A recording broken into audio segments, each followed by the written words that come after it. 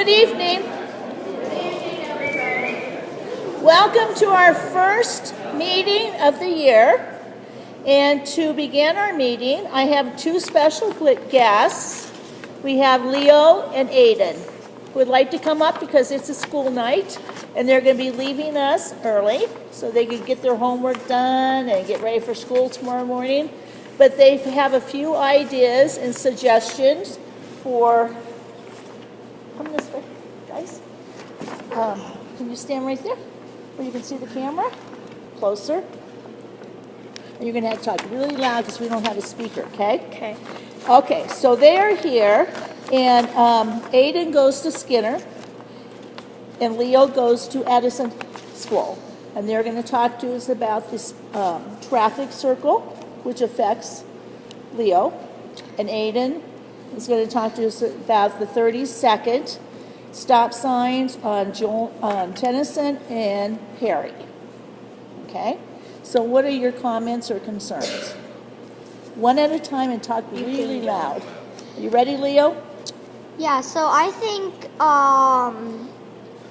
the traffic circle on 35th by Edison is a good idea because if there's like bicycles, they're just riding through there, and it makes the cars stop because you don't want to run into the bicycle person or walkers. Like if you're on the crosswalk, then or if you weren't paying attention, people run a lot of stop signs. So if there's just a lot of people who run stop signs, so if they don't see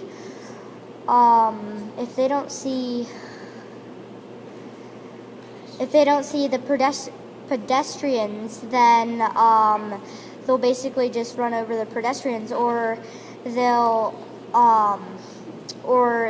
if there's no pedestrians, then they'll just run right into the traffic circle. Leo, how do you go to school? How do you get to school? I ride my bike or walk. Okay. Okay, Aiden? Yes. So I usually drive to school and walk home from school. You drive a car? Yes, I do. Well, I mean, like, my dad drives, but Your dad, okay. I sit in the car as it's moving. And so what happens is there's the traffic circle down, I think it's 35th, or no, 35th and Julian, yeah. So I've noticed that there's a lot of pedestrians or bikers, and I know that lots of people like bikers, they'll run right through stop signs, and if cars don't see anybody, then they might do the same. And the traffic circle, one, it's hard for like bigger cars to get through, but also even if they were going to run through it, they're going to slow down to go around the turns anyways. So I think that it helps. And the crosswalk at, I think it's 32nd and Julian, nobody stops at that ever, and so it kind of gets frustrating when you're standing there for 5 minutes just watching cars pass. And we used to have like the little flags, but I feel like we should like put like what you see, those flashing lights, just so it draws the attention that there's a crosswalk there, because lots of people will start walking and a car won't see them, and they'll have to wait in the middle of the road. So that's my opinion on the crosswalks and traffic circles. Thank you. Does anyone have any questions for Aiden and Leo? There we go. How do you feel that that's effective in getting people to stop when the circle is basically a roundabout in Atlanta, at least the ones on 35th here, Edison, still allow traffic to go straight through? They do not need to stop. Well, so since it's a four-way stop, It's not. oh, it isn't? On 35th? Yeah. Four-way stop? Yeah. I said the one by Edison. Yeah. Oh, on so Raleigh. then you know the one by Edison. Yeah, on Raleigh and 35th. So It is not a four-way stop. No. Oh, okay.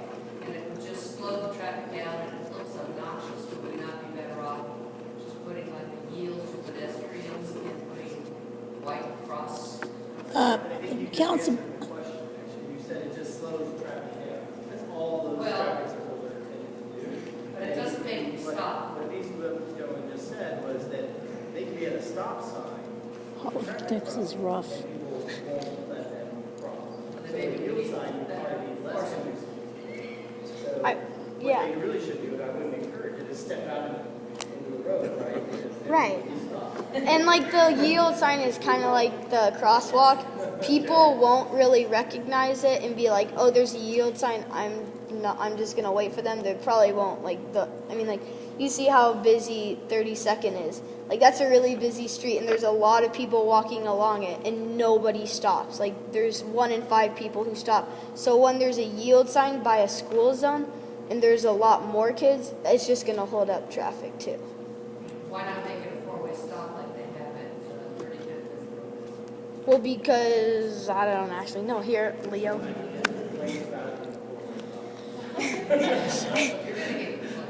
Do you think there's an alternate route people could take? I mean, there's They could probably take. They could probably take instead of 35th. They could probably just take 32nd, because on Perry and 32nd there's a 4-way stop, and at the stoplight, it's flashing red. So that makes the traffic a little bit easier to flow. So, and then down a little bit is 32nd and Lowell, and I think stop signs should be there too, like the one at Perry. Great.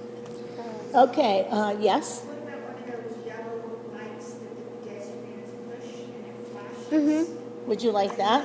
I mean, then it draw the attention Okay. and say like there's a pedestrian here. So then it draw the attention of the driver and like alert them that there is a pedestrian there, which will make them slow down. I mean, hopefully, because I mean, like, one, you see the flashing light, so your attention and your mind is going to that, and so you'd most likely slow down. And also, once you see the pedestrian, you'll slow down even more. So that I think is good. Okay, Tony Cooper?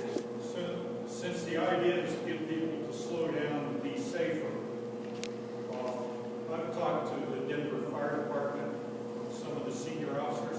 They can't get a fire truck through there quickly. Yeah, exactly. And I've watched UPS trucks not be able to negotiate the traffic circles. And this afternoon, I watched a guy in a Chevy Suburban, and I was getting ready to pull out, and he went in, and he spun around and almost took my front fender off my car, coming around, because he was making a U-turn, just seeing right around without looking, and because it's so tight, he came into Raleigh, where I was sitting. Right. So, some ideas I would like to see is, like they have up at Tennyson and 32nd, where you got 4-way flashing signs. Right. That a pedestrian can push, and all 4 directions turn red for, let's just say, 20 seconds, enough time to walk across. And then if you want to slow the traffic down, instead of impeding traffic, such as the Denver Police on emergency responses or ambulances or the fire department, put in traffic humps or traffic tables and put gaps in them like they do for the bicycles and so forth to pass through. Be much better than jamming up these intersections like that. Are we Would you, going to talk about this later, or what's? no, this is it. They have to go to school tomorrow. Yeah, I know, but But this is not on no, the but agenda.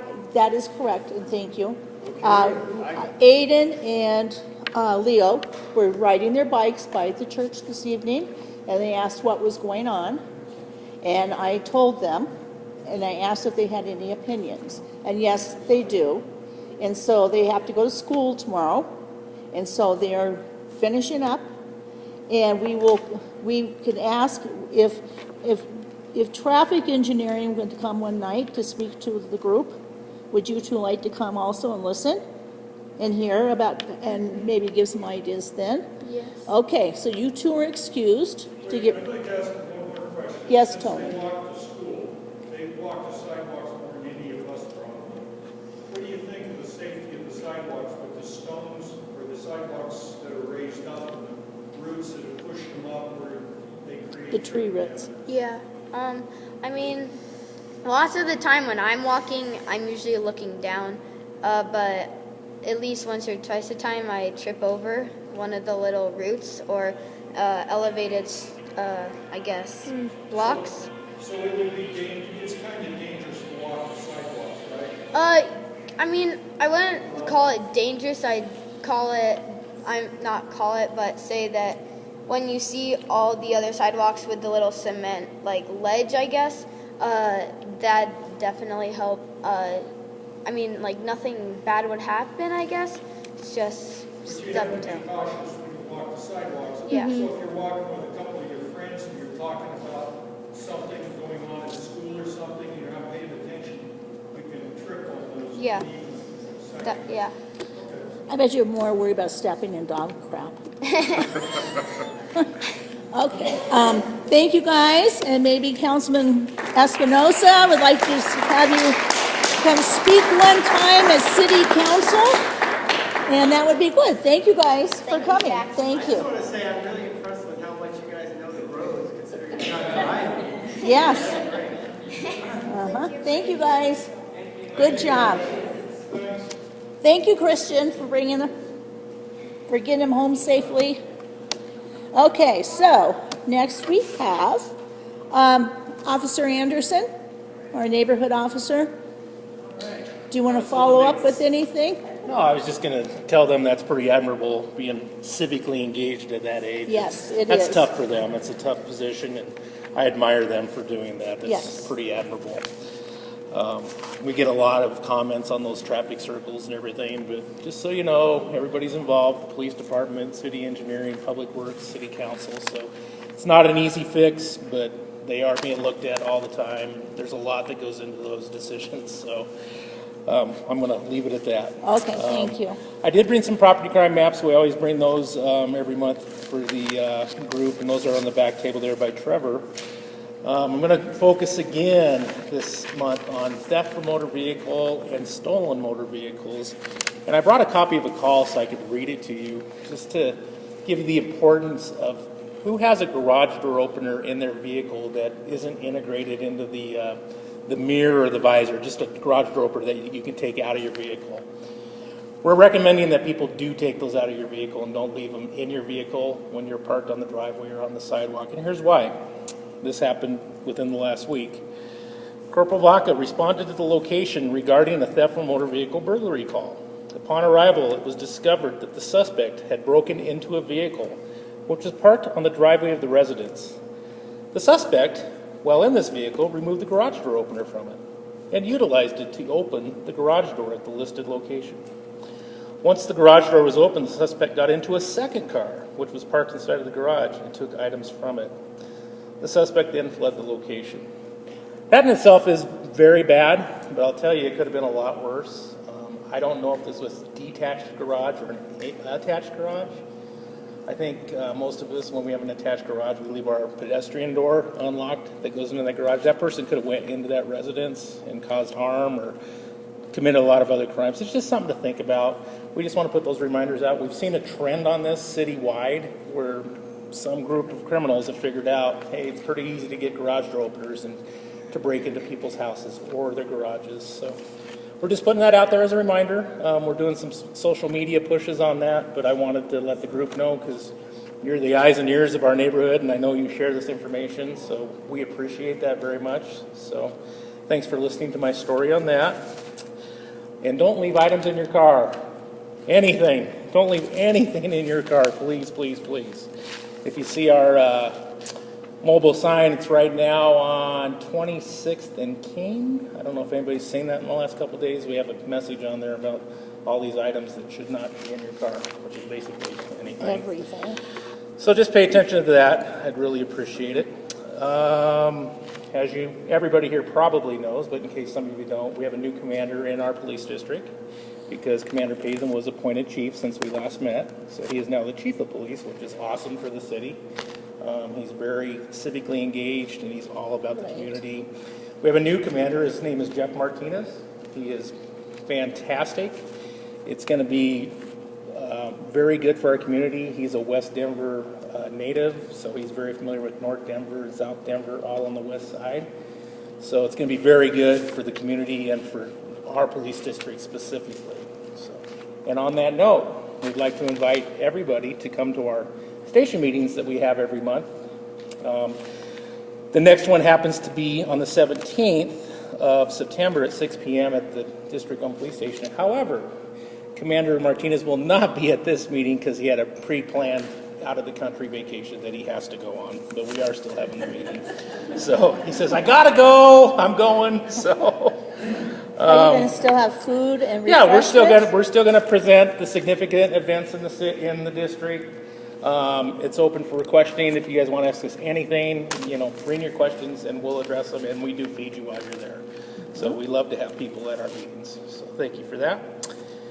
That's all my announcements, but does anybody have any police-related questions for me that I can address while I'm here? Yes, ma'am. Someone just reminded me on the neighborhood watch today, there's like 6 boys and beating up. So yeah, we've heard that from a few Hi. people. Apparently that was on Nextdoor. So it was referred to the school officer over at North. And just for people that do use Nextdoor, the police do not monitor Nextdoor. Just so you know, we don't see what neighbors are talking to each other about, nor should we. It's none of our business. We don't have access to that. I would just encourage you, if you're on Nextdoor and there's any report of criminal activity, please call 911 or the non-emergency number, depending on the circumstances. Because a lot of times we do need to be there. We'll find out, like there's a guy checking car handles. We'll find out 3 days later. Well, not a lot we can do about it 3 days later, but if somebody would call the police when that happens, maybe we can contact the guy and find out what he's up to. So we have a neighborhood watch meeting tomorrow night, and we're going to be talking about some of those things at our neighborhood watch meeting. So, yes, you had a question. Little friend that got their garage clicker stolen as well as their insurance card. Right. And registration. So how do we stop that? So registrations and insurance, I don't recommend leaving any of those in your car with identifying information. You can have one with your name on it. If you notice when you go to motor vehicle, you get 2 copies of your registration. One side just has your name, the other side has your name and your address and everything. Keep the one without your address in the car. And then insurance, you can cut some of that information off if you do want to keep it in your car. Most insurance companies now, you can get an app which has your insurance card on your phone, and that is proof of insurance in the state of Colorado. We don't need a paper copy anymore. If we pull you over on a traffic stop, if you show us that on your smartphone, that is considered proof of insurance. So it's a nice alternative, so you don't have to have identifying information in your car. Just something to think about. Any other questions? One more.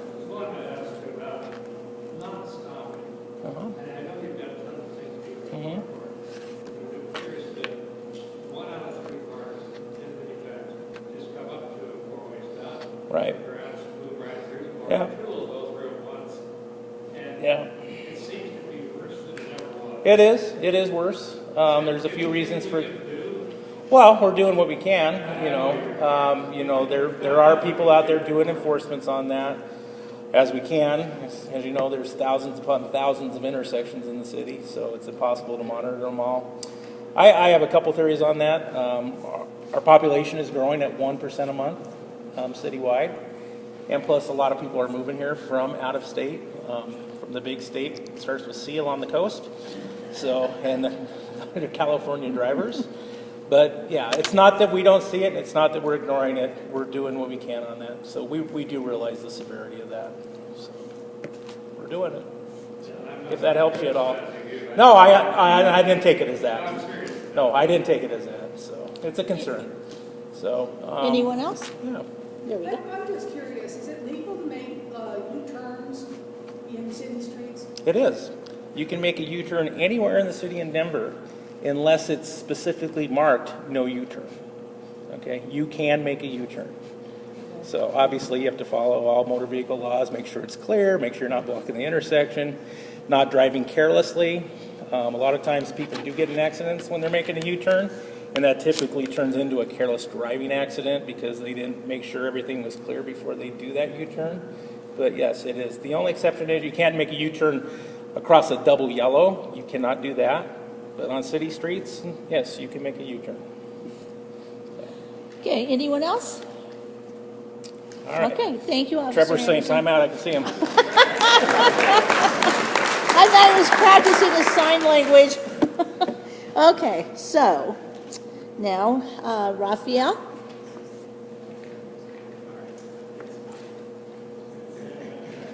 Sorry. Thank you, Raphael. So that was sort of a trick question on the U-turns because when I took my driver's test in the late 80s, you couldn't take a U-turn in Colorado anywhere except for where it was marked. I don't know when that changed, but it definitely did change. So as long as it's clear. And then I do have an idea, Don. I don't know if anyone wants to get behind this. It's called progressive fines. They do this in Finland. You're fined based on your income when you get a moving violation, a speeding ticket, and things like that. So it's different. If you're low income, you pay one fine, but if you're a millionaire, you pay a more substantial fine. Something that hurts at all levels. I think if you had to pay a higher fine and maybe more points, it might make you think twice about. Maybe the officer just has to sit there. It would certainly encourage our police department to enforce on those really expensive vehicles. Sorry. Anyway, here. Yeah. Then I'll just. Nope. So what am I presenting on? So I apologize for my appearance. I was going to get a haircut. The days are sort of a week off. We didn't have council yesterday, and we don't have committees today and tomorrow. But then my barber had to cancel, so you get this. So are we talking? I have two things to talk about. One is Denver Right, and another one is just to give you a little update on something I'm working on in Sunnyside, but I'm sort of looking for district-wide support. And I'll start there. When I ran for election 4 years ago, and yes, that's coming up soon again. Sorry. One of the big things was displacement, right? There was all this concern about character and the quality of architecture and what was going on there. And one of the things I said on the campaign trail is even if I could make change occur day one, when I got into office, it would take at least 30 months before you saw any ramifications of that change. It took 30 months to get those changes in, so 30 months from May is when you'll probably start to see different outcomes. And that's just the nature of council, right? I'm not the mayor. The mayor could have done that overnight, and believe me, when I had my first meeting with the mayor, I tried to point out the problems. At that point, the mayor was tone deaf, as he has been several times, but you poke that bear enough times and he finally comes around, but it just takes him a little longer to move. That same thing sort of applies on the thing I'm going to be talking about. The other thing I heard a lot was displacement and gentrification concerns. How people, particularly in Jefferson Park, areas like Sunnyside, where they were renting, they were having their homes bought out from underneath them, and then there was no other option in the neighborhood that was affordable. And so I basically said, look, I'm in a legislative position, bring me policy, bring me ordinance, bring me things that I can implement. And nothing. And I can tell you, I've been in office 3 years, I have yet to have one tangible anti-displacement gentrification ordinance language proposed to me. So at some point I just sat there and scratched my head and said, well, what can I do? And so I came up with a whole host of different things, only to constantly have my hand slapped. Nope, you can't do that. State law prevents that. Nope. The federal government prevents, the Constitution prevents that. You know, we have a lot of good laws to protect our property rights, and for good reason.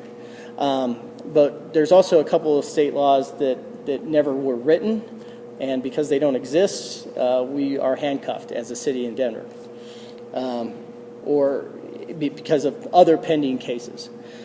So what I finally came up with is through watching a series of decisions that the city council has made, sort of carved a little sweet spot that I think exists.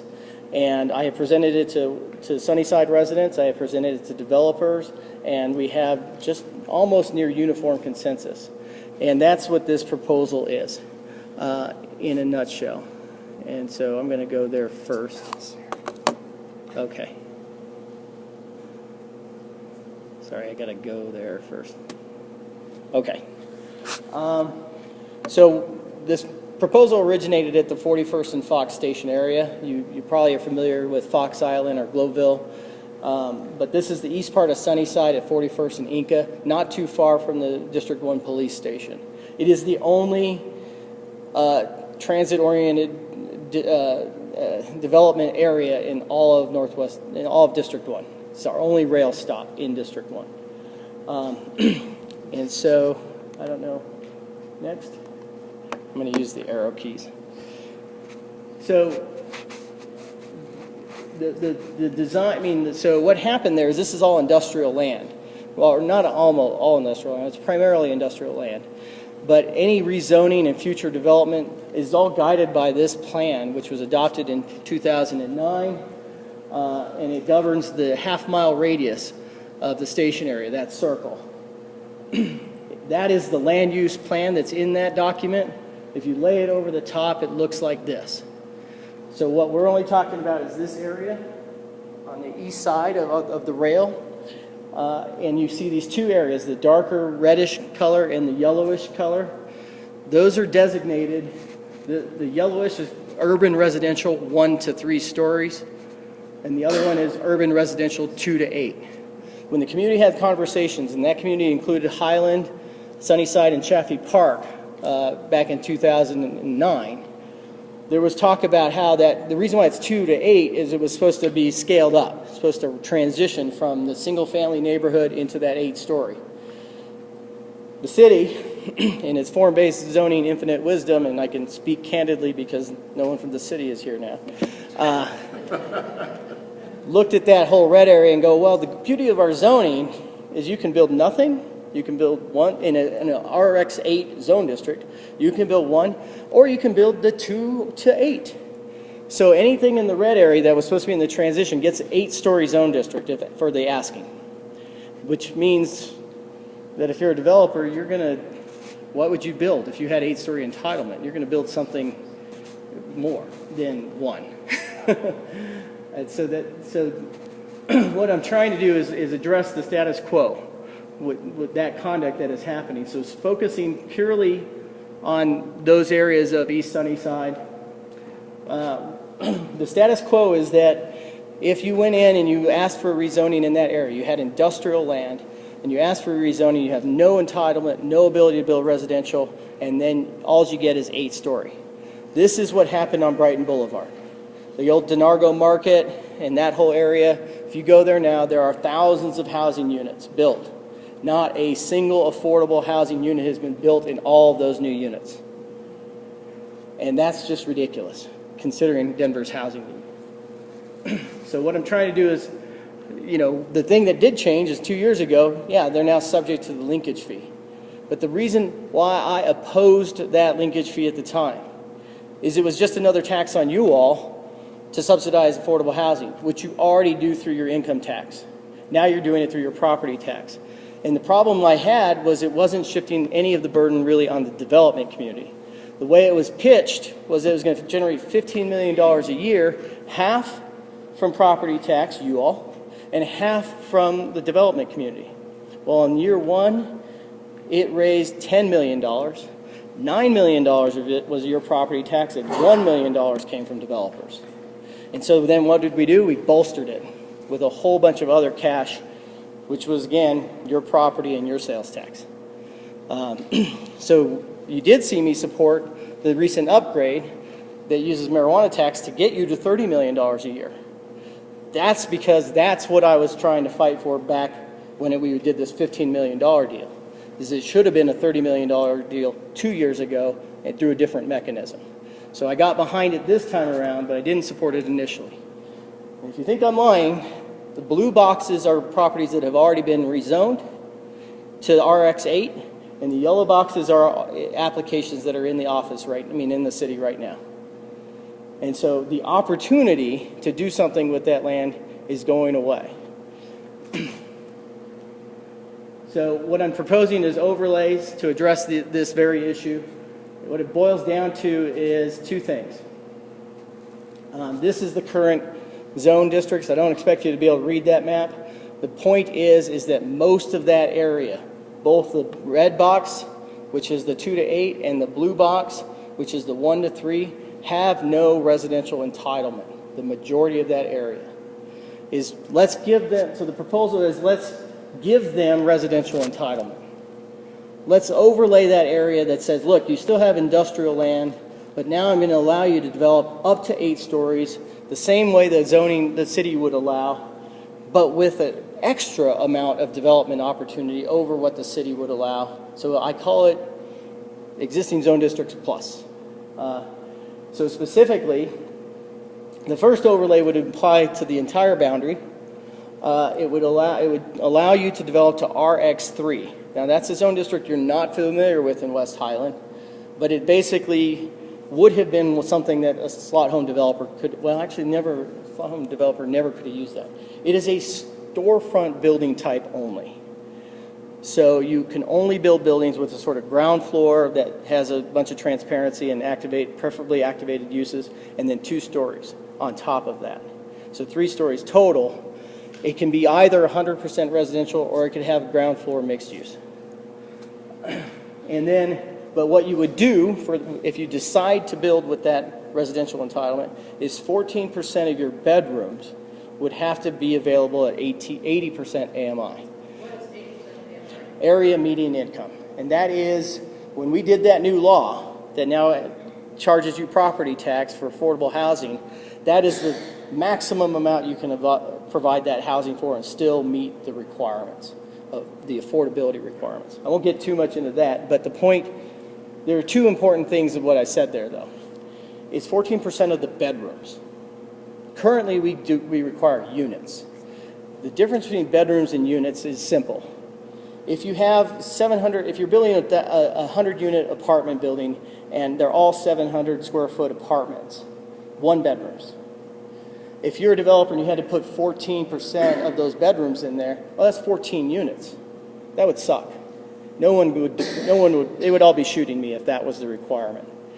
But what we say is bedrooms. And there are a lot of these affordable houses that used to decorate this neighborhood, still here actually, but definitely Jefferson Park that got ground up, and now it's happening in Sunnyside, that are sub 700 foot with 2 bedrooms, or sub 1,000 square foot with 3 bedrooms. So affordable renters and buyers, they don't need a 700 square foot 1 bedroom. So just put a wall in there, put another closet, convert that 700 square foot unit into a 2 bedroom. Now you've just reduced the amount of units from 14 units to 7 units. And you haven't increased the number of bedrooms, bathrooms, or anything like that. And now you've increased the number of for sale market rate units, whatever, by 7. So you just had your requirement. Then what we're doing is, because you meet the affordable housing requirements, you're out of the linkage fee. And then we're offering deeper bedroom reductions if you go to deeper affordability. So if you go from 80% AMI to a 60% AMI to a 50% AMI, the number of bedrooms you require goes from 14 to 10 to 8 or something like that. And now you're down, if you're subdividing those units, you're down to 4 units, 4% of your units. On top of the fact that you're going to get additional entitlement, you're going to get reduced fees, we're going to defer their permit fees, and a tax rebate on those affordable units that you're providing. Basically telling the developer, look, You're building these units anyway. Let's eliminate the cost to our taxpayers, and let's eliminate the cost to you, because we're getting you the ability to develop more and cash flow more to provide these units. Yes. So how can you make this happen? So, all right. So now Skip. So that's the thing that I just gave you was the gist. It applies to all the other things. What I'm doing is going up to 8 stories in the other area where the city would already allow it. And then in a portion nearest the railroad tracks, we're doing a couple of other things to incentivize people to build 7 stories and more and activate the ground floor with mixed use by waiving additional fees and really sweetening this pot for the developer. But all we're doing is we're basically saying, look, just provide the affordable units and develop these things as a use by right. So the thing is, and then the last thing is since we're giving them additional development rights, doing a design overlay to help control what the outcome is. So that is what we're working on. The way you can help is as we move this forward, if this is an idea that you support, it's the only thing that we've done that would actually compel all new residential in a particular area to have affordable as a part of it. It is near cost neutral to the city and near cost neutral to the developer by design. And that's me using my prior skills as background as both on the owner side, developer side, affordable housing developer, and an architect. Basically going, how does the real world work and what sort of tool? It's why it's been well received by the development community. I will need your support for one reason alone. The Telluride decision. Who knows the Telluride decision in the state of Colorado? Very few. It is the one thing that prevents us from having any sort of affordable housing requirement on any rental project in this city. We cannot compel that because of a decision that the Colorado Supreme Court made and basically prevents the state of any municipality from doing what is considered rent control. So there's a distinct possibility that this might one day if this were applied and put through, that somebody might want to challenge this mechanism in court. I would argue that, look, that is a court case worth having, because then it will draw attention to the city, to the state and other state legislators, that this problem, if the community's behind it and development community's behind it, but the city can't legislate to it, that we need to fix that. So the bottom line is I don't know that we'll need the support, but I may need you all, more people from Northwest Denver, to sort of get behind and champion this idea that our new transit station should have a mix of uses, should have density, and should have a mix of affordability in it as well. This is the only way to compel it, because otherwise these properties will continue to get ticked off, turned into get the zoning that allows them to build 8 stories, and then 100% market rate product. And that's a fine outcome too, except for it does not do what we can do, which is we've invested heavily in that commuter rail, in the rail system that this connects to. With that much public investment, this neighborhood and this community and the future of this area should benefit. So that's the gist of that. I won't bore you with this, but we have done a lot of intense rezonings on the other side of this track. Nothing is going on over there. I have referred to it from the dais as a Mexican standoff.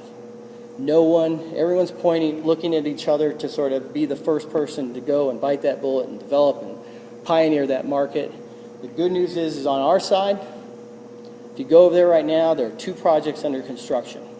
One of them is called the Zia project. I had a hand in very directly.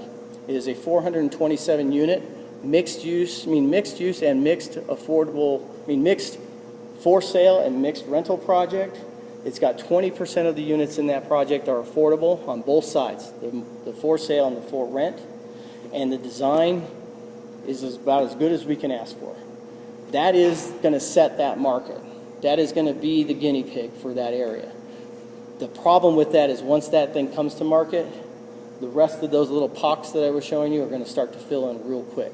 Because there's another rezoning that's in right now to turn one of these major big industrial buildings. It was supposed to go into the old Denver Post building into a huge maker space. It's going to be a great place for young, light industrial people to sort of get together and build stuff. And these spaces have been real successful from other places. So that was that. So Who's going to operate that makerspace? it is a group out of Portland, I believe. Yeah, Portland or Seattle, one of the Northwest. It's private though, it's not in conjunction with that. No, so they're buying the whole building. They're going to subdivide the interior of this giant warehouse. Let me see if I got the image.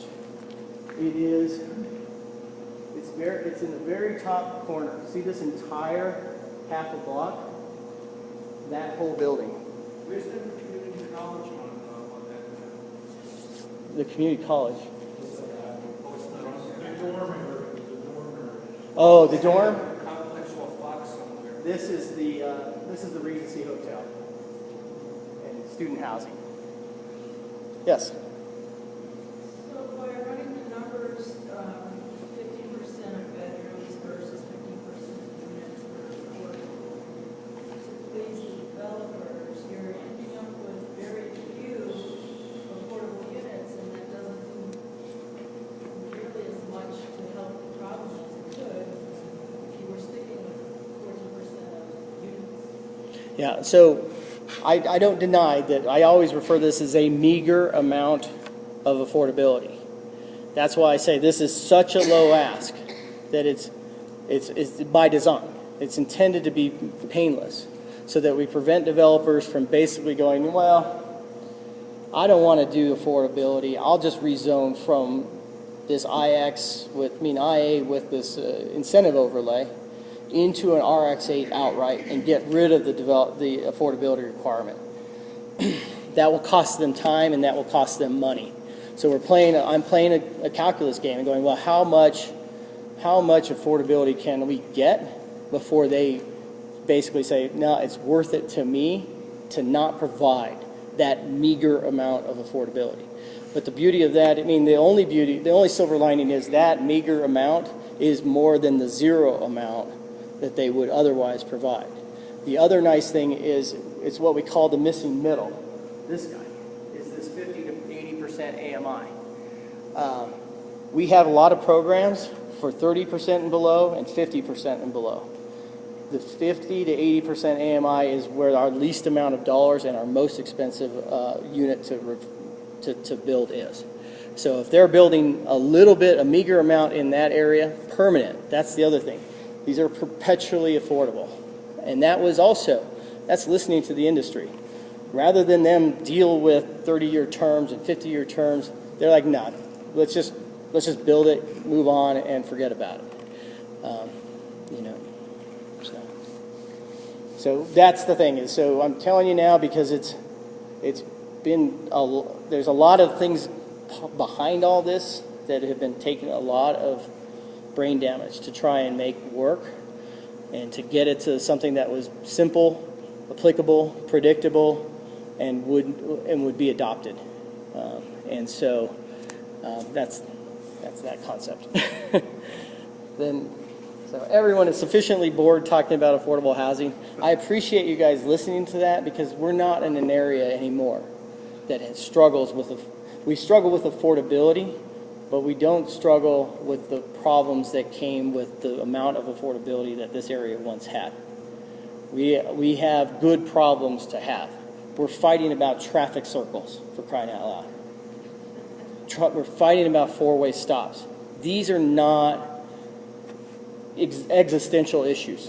These are first world problems. But in parts of Sunnyside, parts of Chaffee Park, and I have it better than most districts. I recognize that. We still have other problems, gang problems, violence, food. We have food problems in Northwest Denver. But they're nowhere near the way in other districts. But this is so, I apologize for some of the other things that have sort of gone on the back burner for like the last 4 months as we try to get this thing wrapped up. But this was the thing when I was out in the community. I was going not just to West Denver, West Highland and Stones Lake. I was going through the entire district, and it's never been lost on me that these other concerns still need to be addressed in some meager way. Because 4% of 1,000 is still, what, 40 units? Did I get that right? Yeah. which is almost 2 whole blocks in the city. And we're not, if we can preserve 40 units in all of that Sunnyside area, we've captured pretty much all the units that were there that were market rate affordable. The problem is do people want to live in mid-rise housing versus having a yard? But that's a personal matter. But at least the unit will be there. So, yes.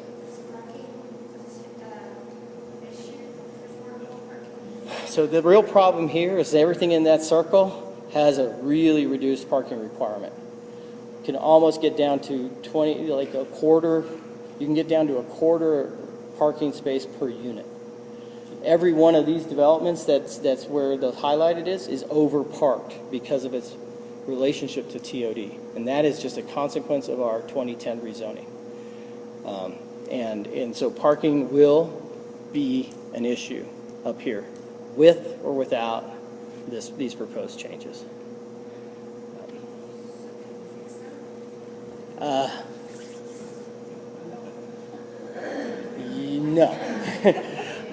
No. The only person that can do that, the council could, but you need 7, probably 9 in that case, members of council to sort of agree that parking is a problem, and parking's a problem in 2 districts, maybe 3. 7, 9, and 1, maybe 10.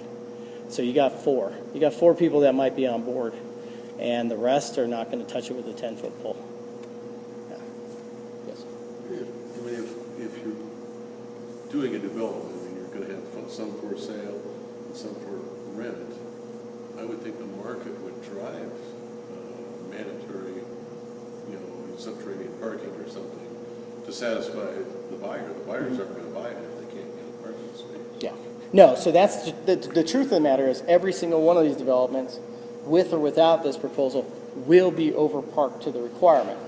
The problem is it will satiate the sort of 1 car per unit requirement, maybe a little bit more than that for commercial properties. But then for that second car, which a lot of these households have, they're on their own, and that will be in the right-of-way. And you all sort of know that all too well, particularly in Highland. We've got a 20-unit project getting built on Whna right now, between a whole bunch of single-slot buildings. 0 parking for those 20 units. It's one of the small lot exemption properties. And the best part about it is our favorite developer up at 44th and Tennyson is the guy behind it, who I trolled effectively today on the internets. Yes? Pardon my naive question, but is it possible to ever let the developers build out of the affordable market problem, saturate the market with expensive housing, and then there's nothing left to build? What happens? So there is a build requirement, but on that 100-unit project, the build requirement I think comes out to about 0.52 of a unit. And but they would also, I should do the math. Let's just do the math real quick. So I said 100 units. I mean the affordability. Is it possible to just let them go nuts and build enough expensive housing? Oh. That there's no demand for anything. We've tried that. We've tried that for the last 8 years. So it just never works, basically. No, our market is just too hot. Yeah, and it's sort of. We sort of did the reverse, though, right? We have actually hit a saturation point in our rental market. But they can sort of live. Our rental market. You probably just saw the article about the Alexan at 38th and Tennyson getting sold to a REIT. So it was everyone know what a REIT is? A real estate investment trust. Okay, this is where you park when you have crap tons of money. You park your money so that it doesn't lose value. This REIT was operating in Denver and then left because they thought the market was saturated. Well, they actually the big article was that they came back and dropped a bunch of coin on that building there and are looking at some of the other election developments like at Tejon, 32nd and Tejon. Because you're in Colorado, residential property is taxed at 7.2%, and if it were to drop again the way it's supposed to, the next time it would get adjusted would go to 6.8. So these are businesses that live in a very nice sweet spot.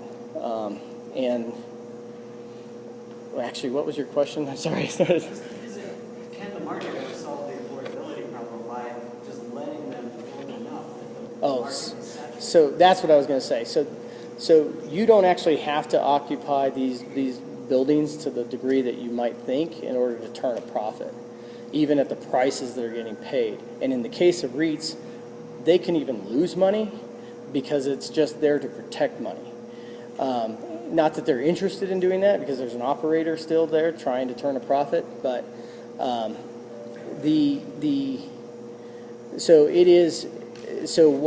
where we did a sort of perverse thing is we just approved this Live Denver thing, which is now using, again, your taxpayer dollars to pay the gap in order to take vacant units in market rate buildings and provide them to affordable.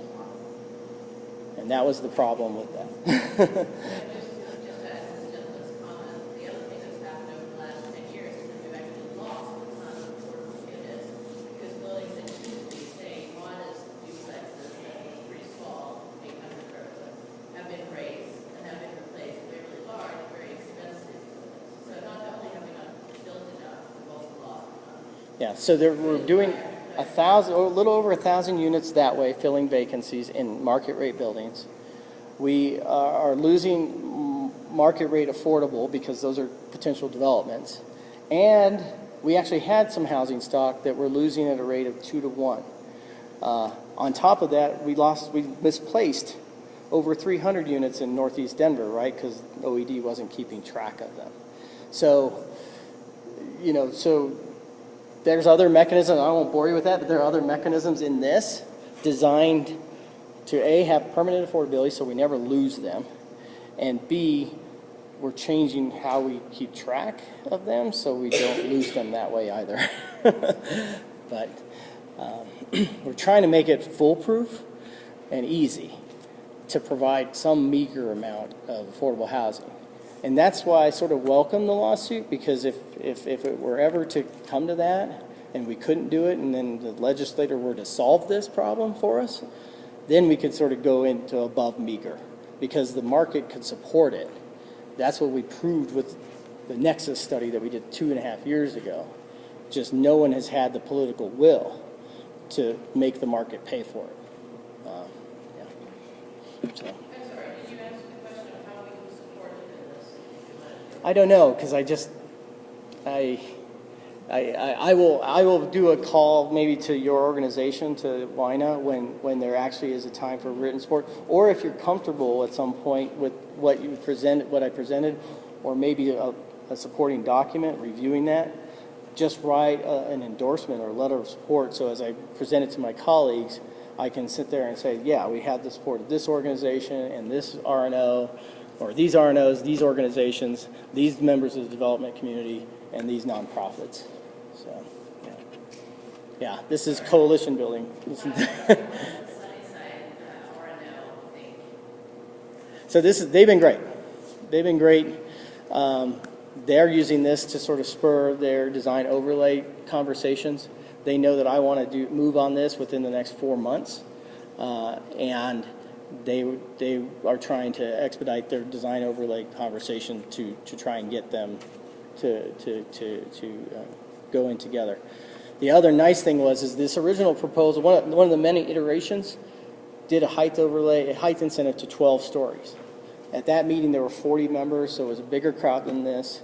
And there was only one member of the audience of the neighborhood that basically took a little issue with the 12-story, but we were really concentrated to where that blue box is with the 12-story, the big blue box. And she basically said, but for the level of affordability, it was higher back then. It was okay. So this is one of the good things is normally where there's a fight against density and development and redevelopment, everyone seems to be rowing in the same direction on this. Oh, Bill's right here. I should have let him talk. What do you think? Very much in the time is perfectly aligned with what we're doing with other organizations. Good. So I wasn't lying. So do you want to talk Denver right too? In the interest of time, I'm just going to mention it and then we'll go. So I just want to bring up one topic. We don't want to take the time tonight to go into detail because we're way over. But at the bottom of the email that you got for the agenda that I sent out earlier last week, there's a link to the Denver Right. What's going on right now, this is big. It's as big or bigger than the rezoning in 2010. It's your chance now to provide comments on this. October 31st is the deadline. It sounds like it's far away, but it's not. So go to this website, Denver Right. You'll find a whole bunch of information. What I would suggest is focus on the maps. There's reports that are 194 pages long, 457 pages long. Ignore those.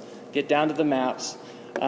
Zoom in on your area, basically, West Highland, and look at what they're proposing on corridors and development growth. Make sure it's in agreement with what you want. We're going to try to bring this up again next month. Take a little bit of time.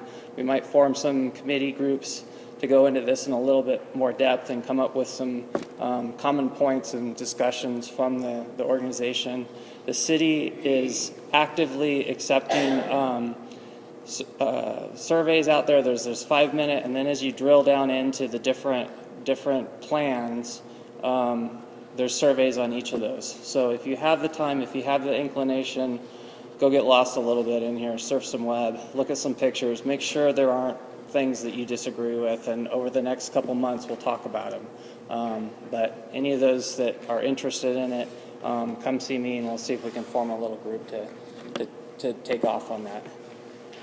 I just thought I'd say, I looked at that survey and I don't like the way the survey was presented on here. They have leading questions and, all I can say is that I think the survey could have addressed things a little differently than it did. Good point, and I would give that feedback to them. The city at home. Is there a comment section in there on that? I didn't even see that. I just saw these multiple choice sort of things on there, and I don't like some of the choices. Yeah, there is, if you drill down in here, there is some websites in here. I haven't obviously drilled down here too much myself yet, but there are some emails in there that you can get, and if you can't, let me know and I will get an email that we can get some additional comments if there aren't any fill-ins. So that'll be an ongoing thing. So in the interest of time, community updates, I think Ray, you have some. I think that's it that we've got. So you want to come up, Ray?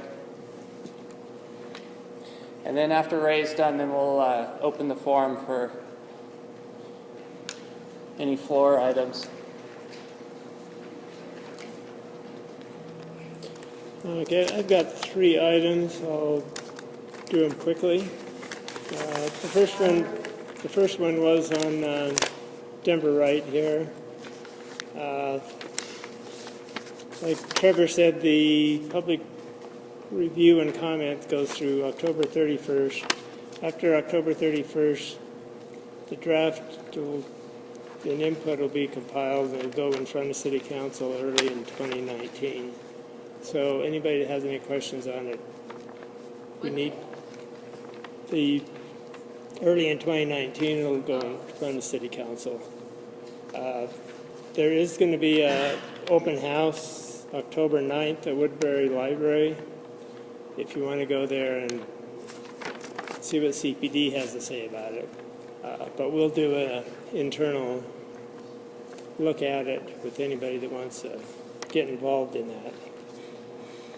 And also wanted to mention the West 38th Avenue Coalition Northwest. It's a group that's been around for 3 or 4 years working on 38th Avenue.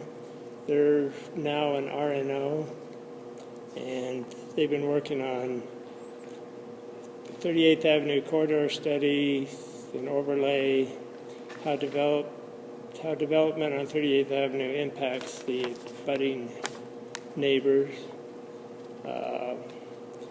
And they work with new developers and developments to encourage landscape trees, bus benches, shelters, trash cans, bikes, racks, decorative streetlights, pedestrian-friendly public sidewalks, painted crosswalks. Anybody that's interested in that group, they are having a meeting Saturday, September 15th at 9:30 at Zook's Coffee Shop, Puppet Theater. Zook's. When? September 15th, a couple weeks. Such as where?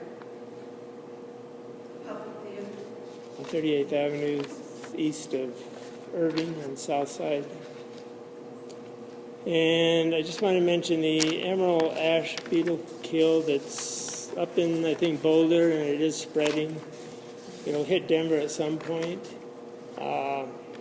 If anybody has room in their public right-of-way between the curb and the public sidewalk for a tree, Denver Parks and Recs are offering free trees so that when the beetle does get here, we'll have some new trees growing. If you go to beasmartash.org, you can fill out an application, and Parks and Rec will come out, survey your property. If you can have 1, 2, or 3 trees, they'll give them to you for free, and they'll actually plant them for you. And that's a program separate from Denver Digs Trees. Is it just in the tree lawn area? Yeah, it's just in the parkway right now. Denver Digs Trees, you can get some for your front yard. But this one is just the public right away. That's it. Okay, thank you, Rick.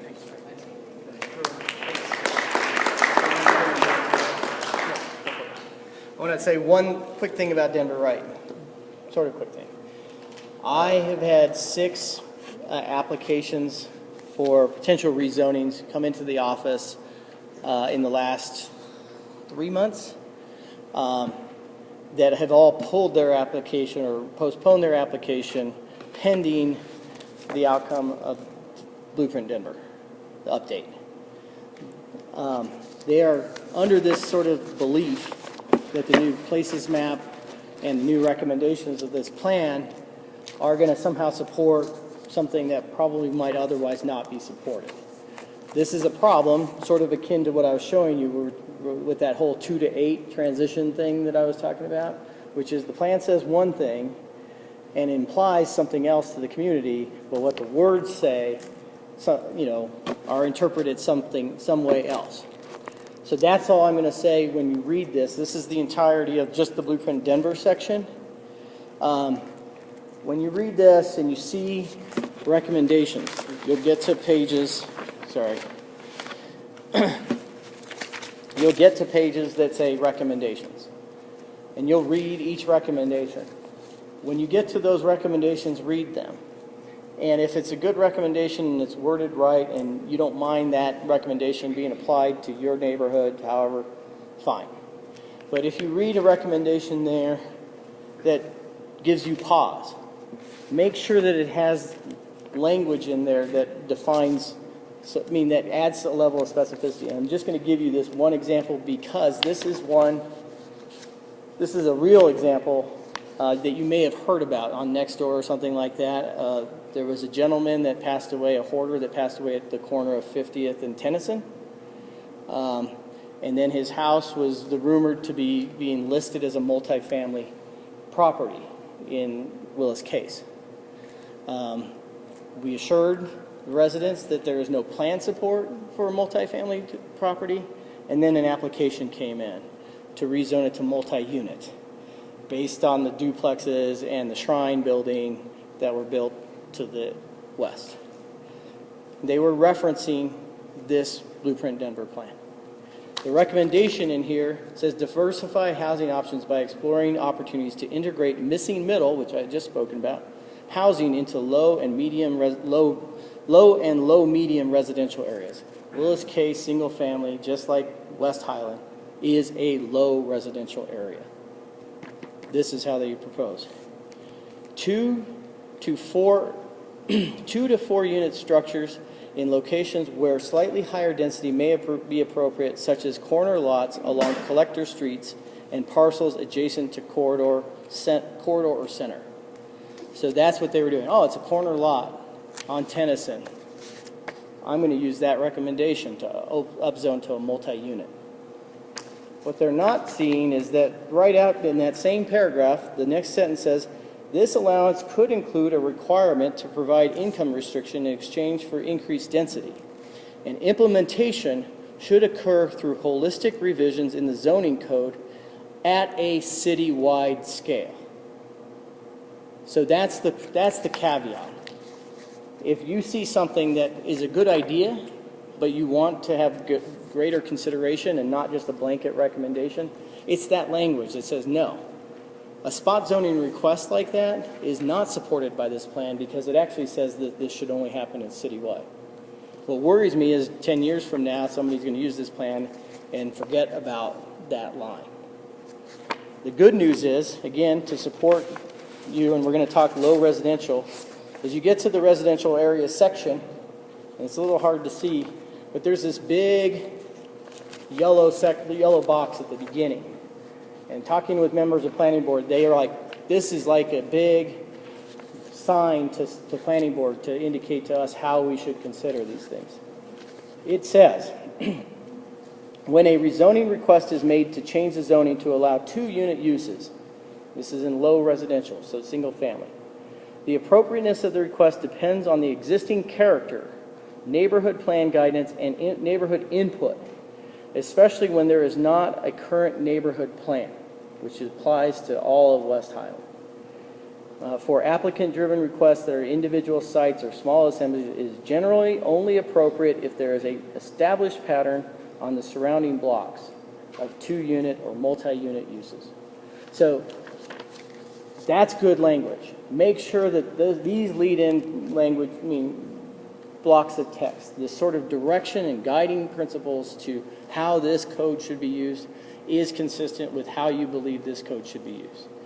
Because what I'm worried about right now is now I have 6 applicants sort of lined up thinking that this and those maps are going to pave the way to 5 and 8-story structures on more 5 stories on 38th and 8-story structures on Federal. That may be the case. That may be desirable.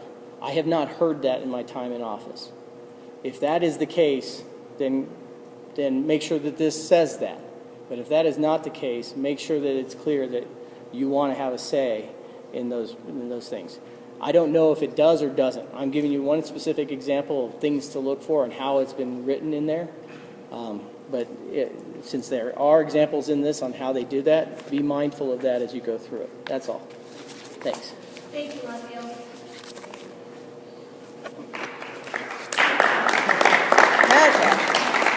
And I want to let everyone know we have a new social committee person, Pat DeFay, who's done a lot for West Highland Neighborhood Association, has agreed to be our social director.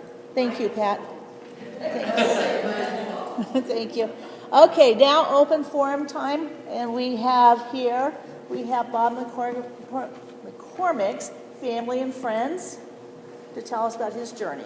Okay, if you'd like to all come up, you can come up. Whoever would like to speak, yes. And if anyone else wants to speak during open forum, if you could just kind of line up. Sherry, go ahead. Oh. And we'll just kind of line up over here for open forum. I'll keep this short. Some of you know me, I'm Sherry Moore, and my husband Bob McCormick and I live on Mead Street. And Bob is on a 4-month journey. He is walking to promote intergenerational justice. I'm not sure if you know what that means. Prior to 9/11, he lived in Vienna, Virginia, and he was a social advocate in his community, town councilman. When 9/11 happened, he really just lost faith and wasn't sure that our generation was going to leave the next generation better than what was at the time. So he became really very despondent and sad and depressed and whatever. And he dedicated himself to do personal research on the long-term obligations that we have for future generations. And that's how this walk began. An example would be the Baha'i faith. They have this saying that a bird is a bird, and you have 2 wings. One is the male and one is the female, and you have to work together to make the bird fly. And his thought, it's the same with our generations. This generation has to provide for the next generations in order for us to work together. So that's kind of the hope and the inspiration for the walk. He's a 69-year-old male with 2 hips and a knee replaced. And he woke up about a month ago and said, he wanted to talk at the church, what is it, yeah, and decided, I'm not going to talk, I'm going to walk. And I'm going to walk from Denver to Washington, D.C. to promote intergenerational justice. And he's been on this journey for a month now. He's walking up to 20 miles a day, and he will never push what he wants to say on other people, but people stop and ask, and he is letting people know what this means and how they can kind of promote that. So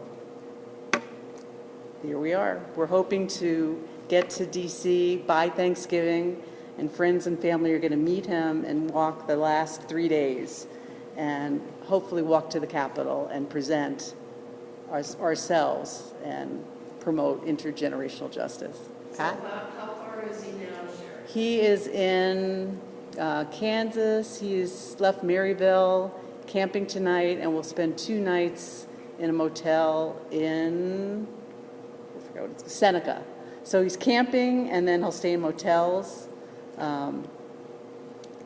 It came on really pretty suddenly. We had a lot of community members help him organize. He was just going to take off and walk.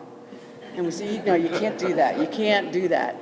So he got a Burley, which is a bicycle, thing you attach to a bike to put kids in. And he converted that, and that's what he's carrying his equipment in.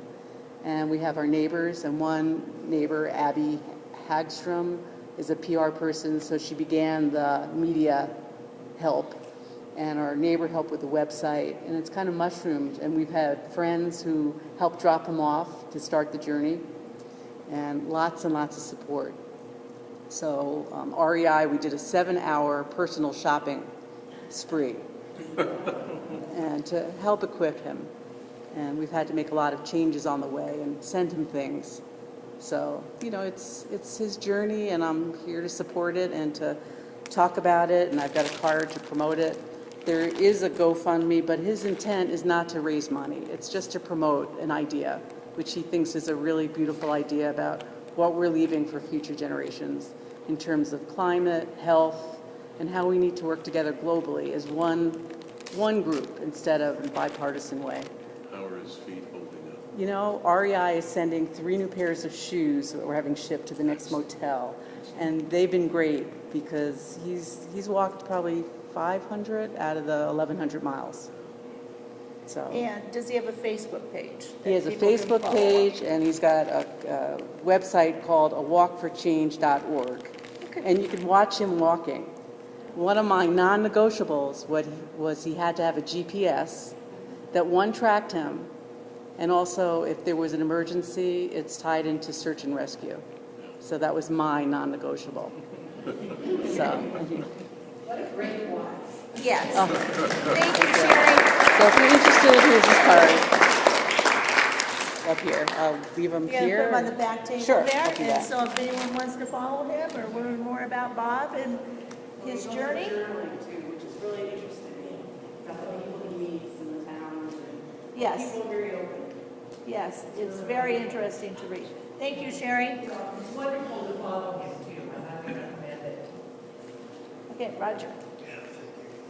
You know, you're next, Arnold, right? Joe. What is it called? Yeah, first, I guess I'm sorry.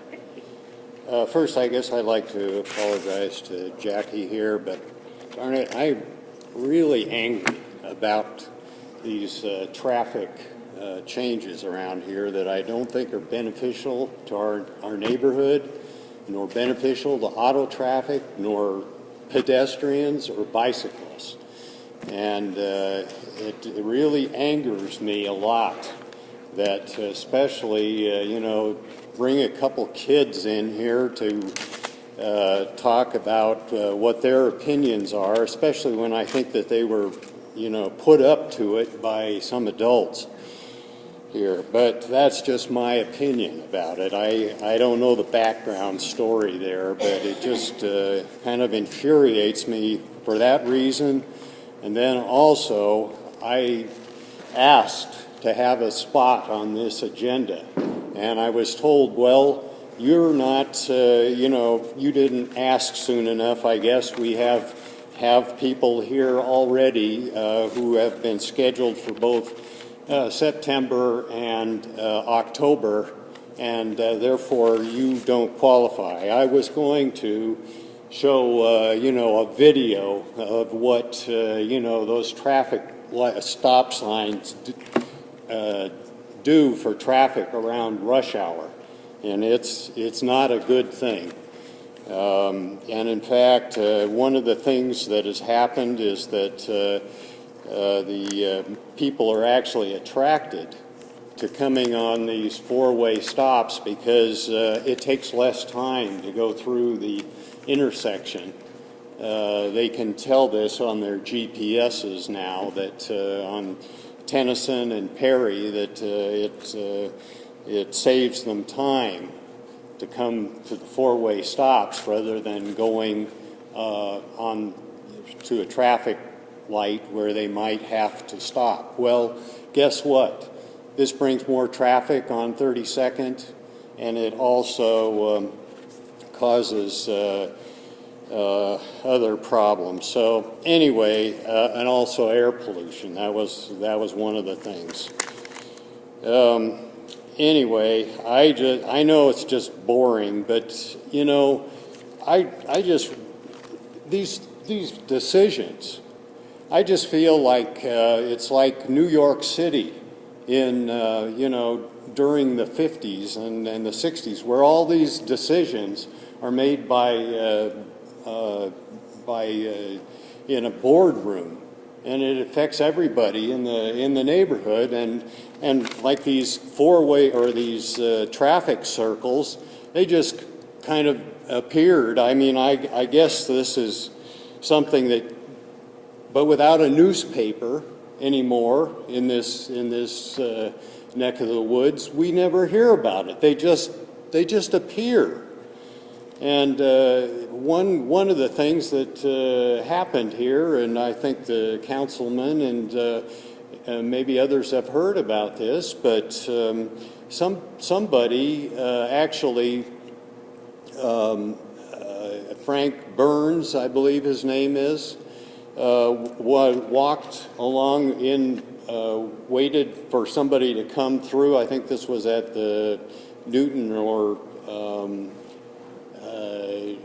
Raleigh or the traffic circle there, and he waited for the truck to come through the intersection, and he passed, and then he walked, and guess what? The car decided it wanted to make a U-turn in that traffic circle. So then he was endangered by the car that came around and apparently was almost hit, and he came around. I mean, I just don't think that a traffic circle is beneficial to pedestrians. It's not beneficial to bicyclists.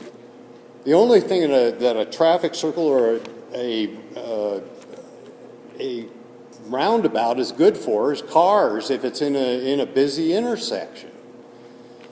And it just really annoys me how these things get put up and we don't hear about it, or there isn't enough consult here within the neighborhood about it. So anyway, I guess that's mostly what I have to say, and mostly it's old hat, I guess, except that I just would like to, I think we really need to have more input and on these things. It's just not right. And those traffic, not only are they not safe, I think they're pretty damn ugly.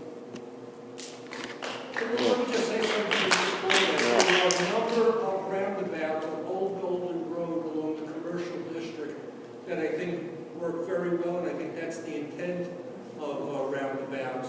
I think it's insane to have it where it is in the residential neighborhood in proximity. That's right. I agree with that entirely. It's for speeding traffic. And when you go to Europe, I mean, I've driven in Germany, I've driven in England, you know, especially when you're driving on the left-hand side of the road. I've gone through countless roundabouts.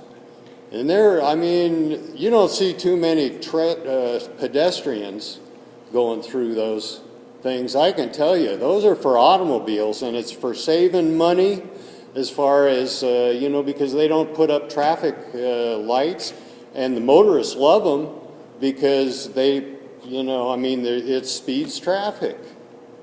And that's what they're for. It's for automobiles.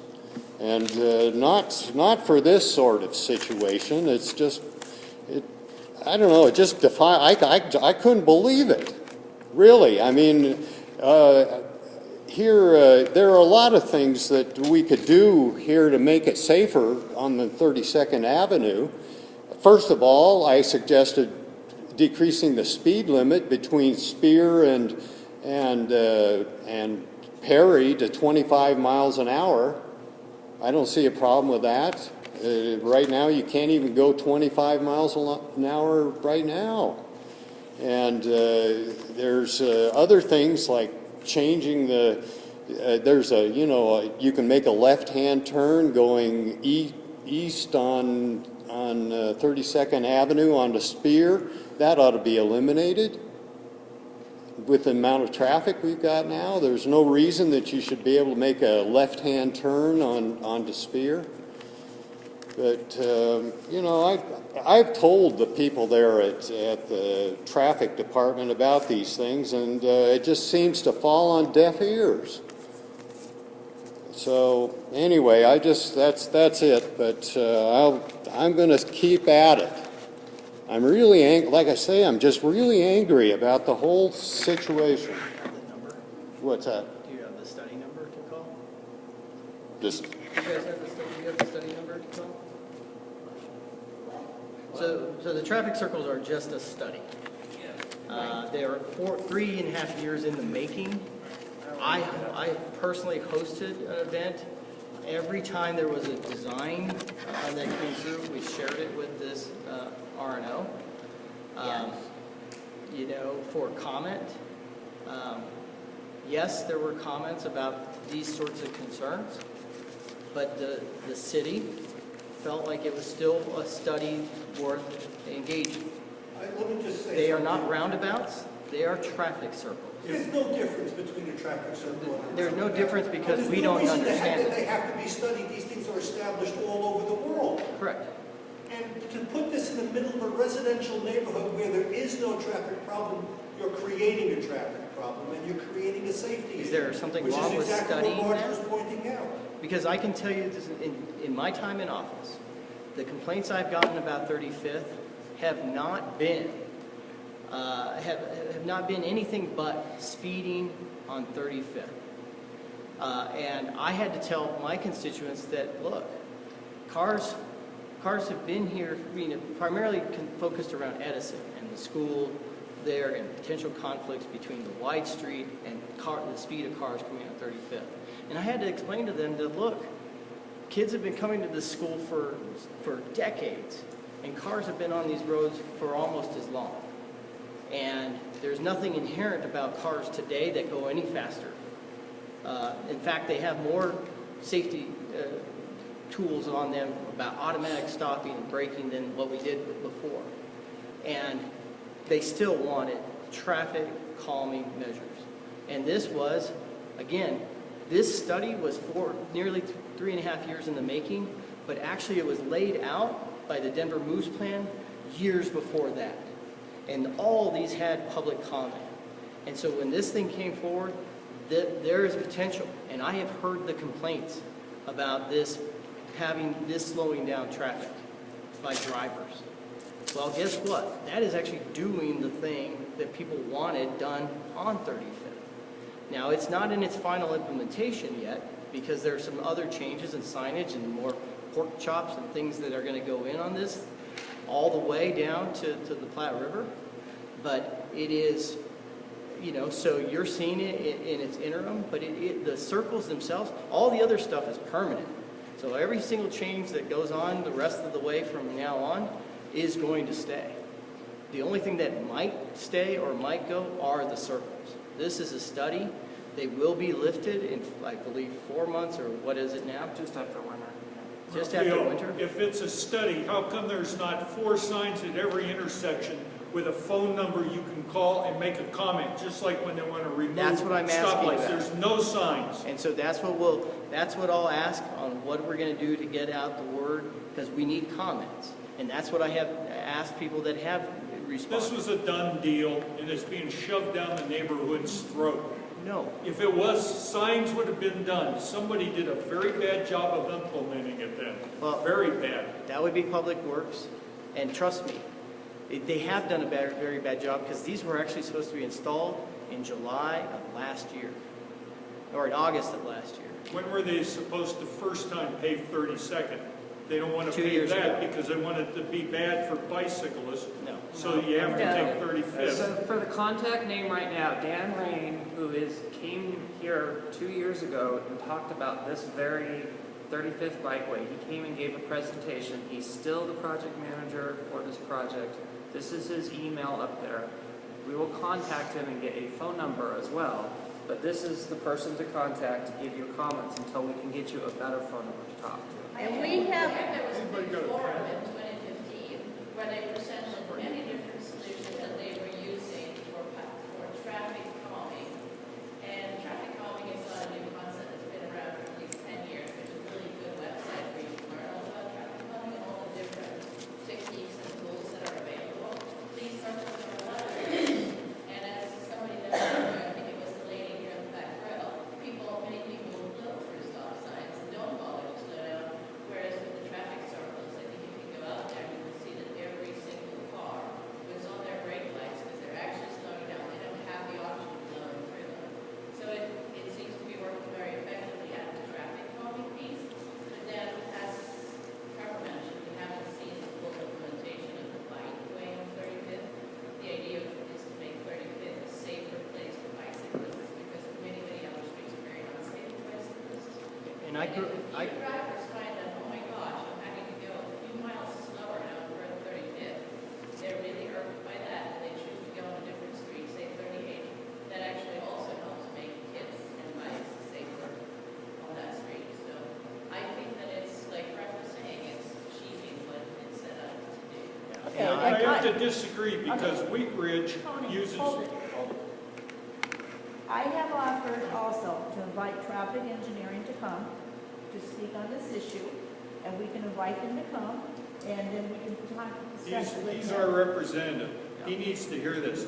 And No, Wheat Ridge, he comes to every meeting. Yeah, but Wheat Raphael Ridge- comes to every meeting. Wheat Ridge uses traffic tables and traffic humps, which are different than traffic bumps. And with those with pass-throughs for bicycles, would slow the traffic down before they get to those intersections, and you wouldn't have to have traffic circles. So I agree 100% with what you're saying on the traffic tables. They work well here in Wheat Ridge. They work well in Boulder as well. That is not a tool that is in the Public Works toolbox, but that is something that should be. And what I would recommend is you This is that you write the mayor. I'll be sending you an email, because at these intersections, they can put four-way stops in like they have at 32nd and Tennyson, and the people that want to cross can push the button and it can stop traffic in all directions for, let's say, 20 seconds so they have time to get across. But I'm being strategic for everybody in the room when I say write the mayor. I'm a legislator. The division of powers in our government doesn't allow me to tell the mayor what to do. Unless I'm speaking with the body as a body. The mayor works for each one of you individually. So when you call the reason why we only direct you to call 311 and then send us the confirmation so we can help is because you're able to tell a city employee what to do. If I tell them what to do, that's an abuse of power. And so it is. They don't listen to citizens. Yes, they do. I used to work for the city. I know what they listen to. Okay, that's it. We have other people waiting to speak during open forum. And if after they complete and what they want to say, if you want to still discuss, that's fine. Let's do it over there. Okay, thank you. Okay, Joe. Joe's been waiting. Sorry, Joe. See you back there. It's all right. And AJ, did you want to make an announcement? Thank you. I'm Joe Vigil. I own and operate Arnold's Transmission. It's on 29th and Yates. I've been there 30 years. I've owned the business 23 years. And thankfully, the property for 22 years. At one of your spring meetings, it was announced by your zoning chairman, Ray DeFay, that I had sold my property and was moving my business. I'm just here to say that's not true. I talked to Ray about this on the phone. I asked Ray to approach me if he ever was approached by anybody that told him something like this. I've been in this neighborhood a long time, very long time. I love my garage. I don't plan on going anywhere anytime soon. So I just wanted to make it perfectly clear, I'm not going anywhere. And if you would repeat this for me, I'd appreciate it. Thanks, Thank Joe. you, Joe. Thank Thank you for waiting. Okay, AJ. Thank you. Hey there, my name is AJ Mastic. I'm the pastor of Renewal Church at 32nd and Irving. And I just want to apologize to all the antique chain link fence lovers out there.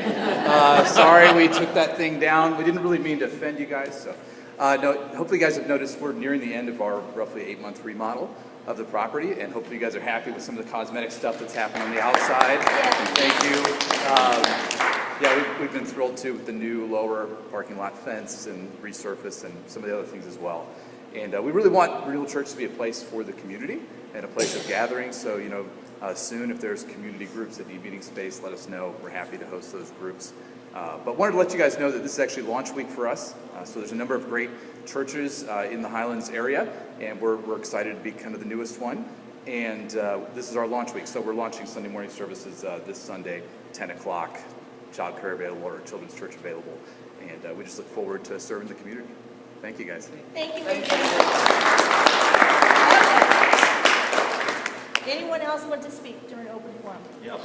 Okay, come I on, moved Tony. up here, that's where he told me to go. Okay. Okay, two things I'd like to address. Okay, thank you. Is on 35th Avenue and on Lowell, between about 42nd and 44th. School zones. And on Lowell, the Denver police just love to make money. Why can't we have yellow flashing amber lights on 35th and the different streets to let drivers know that it's a school zone time? Why can't those be put in? Huh? I'm just saying we need yellow flashing lights on Lowell, where the school is, and around Edison and all the schools. We need the yellow flashing lights during the school zones so the Denver police can't be there issuing you huge tickets, making revenue off of residents, because you don't see the signs. Today I did 35th again, okay? Stop signs are there, but there's trees blocking the vision. You know, I had an accident. I totaled my car 2 weeks ago, and the stop sign was blocked by trees. I called called traffic engineer. I called neighborhood officers who contacted traffic engineering, and they went out there, and just like this, the trees all got trimmed. All you have to do is you just have to call or turn in the tree. Why people. should we have to when we have code enforcement?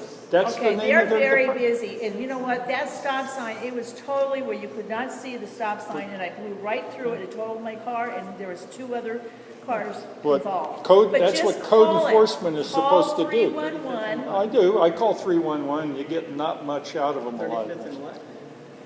Just down, it was east of Julian, and it was down by there. There's a couple Yeah, that I are did blocked. mine at, There's a bunch of them in the neighborhood, and that's what code enforcement, who drive around their little Jeeps, are supposed to be looking for, you know? And the other thing has to do with code enforcement not doing their jobs is sidewalks, which I asked those kids about. They're misaligned stones, people trip over them, and you and I had a talk early on when you first were elected about how to resolve that issue, and it went nowhere. And it's a safety hazard, so. you can call 311 and report that also, I do. And Yeah. they take care of it. Well, nobody walks the neighborhood and reports them. I do.